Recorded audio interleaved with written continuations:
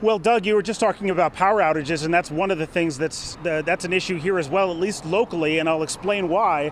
As we take a look at some of the downed trees sheared off by the storm that came through, and obviously you see a transformer there in the middle of all of that.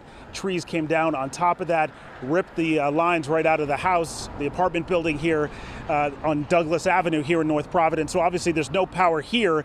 That's just part of the issues that people here are having to deal with. And in these situations, we frequently comment on how sporadic the damage can be. Take a look across the street. I mean, that is a gorgeous lawn. There's no damage there whatsoever. But as we come back over here to this side of the street, it's a very different story. This is the parking lot for the apartment building that we were just showing the other side of, and you see those trees sheared off there. What you might not be able to see until we get a little bit closer is here on the ground, there are two cars underneath trees that are down, and we believe that at least one of the cars is totaled, and the second car may be totaled as well. We spoke to the owner of one of those cars just a short time ago, and she describes just how close she came to being in the car when the tree came down. Take a listen.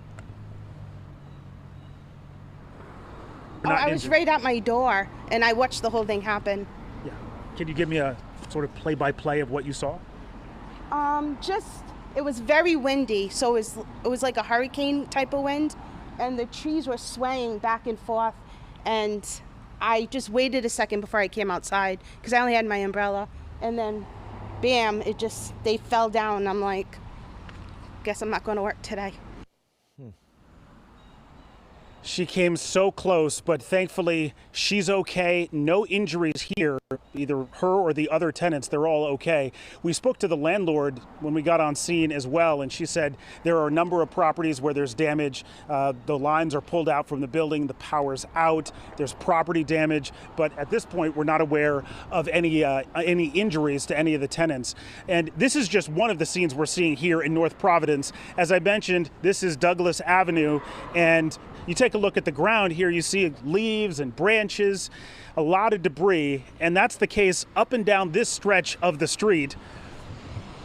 And there's a lot of damage, and now that the storm has passed and it's safe, people are coming outside and they're surveying the damage, they're assessing it, they're figuring out what they can do. We're seeing a lot of tree services, landscapers like that driving around, trying to cut the trees that are down across cars and across roadways, make them passable for people again. So that's the situation for now. Doug, we'll send it back to you.